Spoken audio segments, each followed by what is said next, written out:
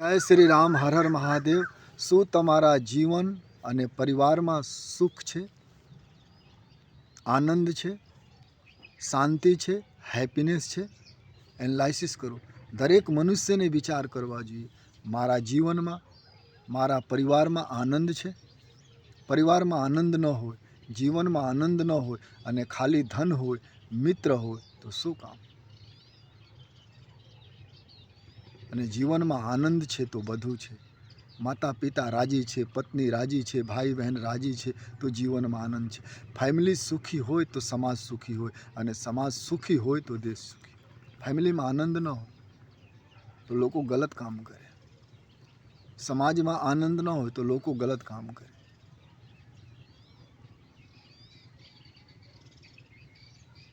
પરિવારમાં આનંદ જોઈએ. રોબોટ મત બનો. લોકો પૈસા ખૂબ કમાવે છે, પૈસા ભલે ઓછા કમાવે. સમય ગુજારો પરિવાર સાથે, દોસ્તો સાથે ઓછા ગુજારો. દોસ્તો સાથે લોકો બહુ સમય પસાર કરે છે, નશા કરે છે, પ્રવાસ કરે છે. પરિવાર સાથે પ્રવાસ કરો.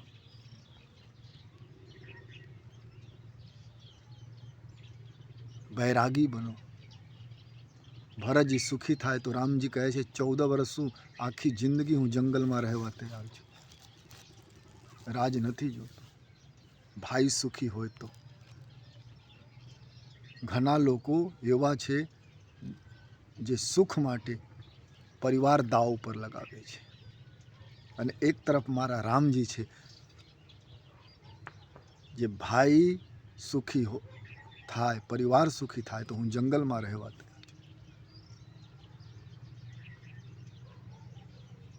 પરિવાર સુખી થતો હોય તો જંગલમાં રહેવાનું રાજી રહો. માતા પિતા પત્ની સુખી રહેતો હોય તો વૈરાગી બનો. અને તમે વૈરાગી બની જાઓ ને તો તમારા જીવનમાં આનંદ રહે. રામજી જંગલમાં આનંદમાં છે અને આજે લોકો બંગલામાં રહે છે, આનંદ નથી. વૈરાગી બનો. તમે જે જોબ કરો છો, વેપાર કરો છો, નોકરી કરો છો, પણ જ્યાં સુધી અંતરાત્મા કહે ત્યાં સુધી કામ કરો. ડ્યુટી પૂરા થઈ ગયા, ઘર આવો પછી કોઈ ફોન કરે, તમે પરિવાર સાથે છો, ફોન કરે આવો, જરૂરી હોય તો અલગ વાત है. અમુક લોકો એટલા સુધી ગુલામી કરે છે કે હોશ નથી રહેતો. ઘરના સભ્યો ઇંતજાર કરતા હોય અને અમુક સભ્યો બહાર દોસ્તો સાથે રખડતા હોય, શરાબ પીતા હોય, નશા કરતા હોય. જીવનમાં આનંદ ન રહે. જીવનમાં આનંદ ક્યારે મળે? જ્યારે તમે પરિવારને આનંદ આપો. પરિવાર સુખી રહે અને તમે ઘર જાઓ તો સુખી થઈ જાય. બાકી બહાર જાઓ અને જીવનમાં નિરસતા હોય, જીવનમાં ક્રોધ હોય, જીવનમાં ગુસ્સા હોય અને એ ગુસ્સા ઘરે લાવીને ક્રોધ કરો. ક્રોધી માણસના જીવનમાં આનંદ ન હોય. લોભી મનુષ્ય હોય, લોભ કરે તો પૈસા મળે. કામી મનુષ્ય હોય, વાસનામાં ડૂબેલા હોય તો એને વાસના પૂર્તિ થઈ જાય. ક્રોધીને કાંઈ મળતું નથી. પણ આજ ક્રોધમાં લોકો છે. રસ્તા ઉપર ગાડી ટકરાવે તો ક્રોધમાં આવી જાય, ઝઘડા કરે, પડોશી સાથે કરે. કારણ જીવનમાં વૈરાગ્ય નથી. તમારા જીવનમાં આનંદ હોય તો તમે બીજાને આનંદ આપી શકો. અને તમારા જીવનમાં ક્રોધ હોય, દુષ્ટતા હોય, ઠગ પ્રવૃત્તિ હોય તો તમે સમાજને સુખી શું, પરિવારને ન કરી શકો. અને જેના જીવનમાં આનંદ નથી એનું જીવન શૂન્ય છે. લોકો રોબોટ બની ગયેલા છે, મશીન બની ગયેલા છે. મશીન મત બનો, ઇન્સાન બનો. પછી જિંદગી સજા લાગે. જ્યારે તમે રોબોટ બની જાઓ, ક્રોધ કરો તો જિંદગી સજા લાગે. પછી જીવનમાં દુઃખ આવે. ઘણી રોગ, ઘણા પ્રકારના બીમારી ક્રોધના કારણે થાય. ઘણા પ્રકારના બીમારી નીરસતાના કારણે થાય. તમે દુઃખ નથી વાટી શકતા. તમારા દુઃખની વાત કરો માણસ કંટાળી જાય, પણ તમારા સુખની વાત કરો, સુખ આપો તો સમાજ સ્વીકારી કરે, ફેમિલી પણ સ્વીકારે. તો જે વસ્તુ દુનિયા સ્વીકારે એ તમે સ્વીકારો. દુનિયાને સુખ આપો. ક્યારે આપી શકો? જ્યારે તમે સુખી હોઈ શકો, તમારા જીવનમાં વૈરાગ્ય. તમે વ્રત કરી લો કે મને જે પ્રભુ આપે એમાં હું ખુશ છું. અને તમારા જીવનમાં આનંદ ક્યારે આવે?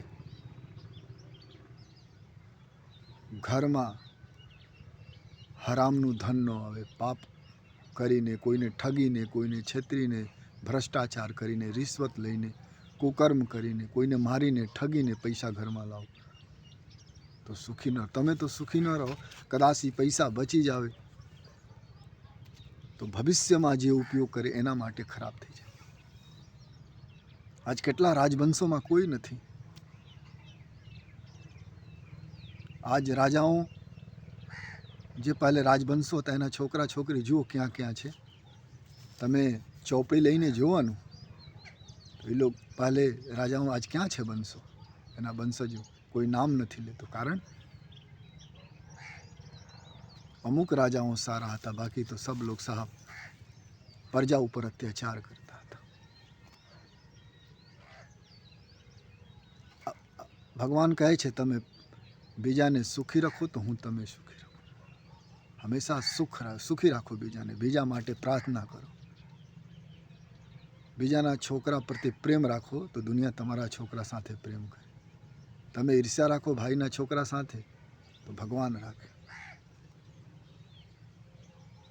તમે આનંદમાં રહો તો પરિવારને આનંદિત કરી શકો. અને પરિવારને તમે આનંદિત કરો ને તો તમે મોટા તપસ્વી છો. જેના પરિવારમાં આનંદ હોય, જેના જીવનમાં આનંદ હોય એ તપસ્વી છે. અને એ પુરુષો મહાન છે. ભલે ધર્મ ન કરતા હોય, દાન ન કરતા, કેમકે તમે તમારા ઘરમાં આનંદ છે તો તમે ખોટા ન કરી શકો, શાંતિ રહે. એવી રીતે દરેક મનુષ્ય સોચે તો દુનિયામાં ભક્તિમય વાતાવરણ થઈ જાય, સ્વર્ગમય વાતાવરણ થઈ જાય. પણ સ્વાર્થી મત બનો, વૈરાગી બનો. આજ લોકો સ્વાર્થી થઈ ગયા. બીજાને લૂંટીને ઘરમાં લાવો, પછી એમાંથી થોડા દાન આપો, બચે તો થોડા ડૉક્ટર સાહેબ લઈ જાવે. સંતો જે જ્ઞાન આપે એ હંમેશા કામે ન આવે, પણ મા જ્ઞાન આપે ને. ન અસ્તિ માતૃ સમઃ ગુરુ. મા જેવા કોઈ ગુરુ નથી જગતમાં. તો એ મા શીખાવી શકે. અને ક્યારે શીખાવી શકે? માના જીવનમાં આનંદ હોય, પિતા આનંદિત હોય, પત્ની આનંદિત હોય, ભાઈ આનંદિત હોય. અને ક્યારે આનંદિત હોય? પત્ની આનંદિત ક્યારે હોય? જ્યારે વૈરાગી હોય. પતિ આનંદિત ક્યારે હોય? જ્યારે વૈરાગી હોય. ભાઈ આનંદિત ક્યારે હોય? જ્યારે વૈરાગી હોય. અને ઘરમાં દરેક વૈરાગી હોય. વૈરાગી એટલે ભગવાન. વૈરાગી એટલે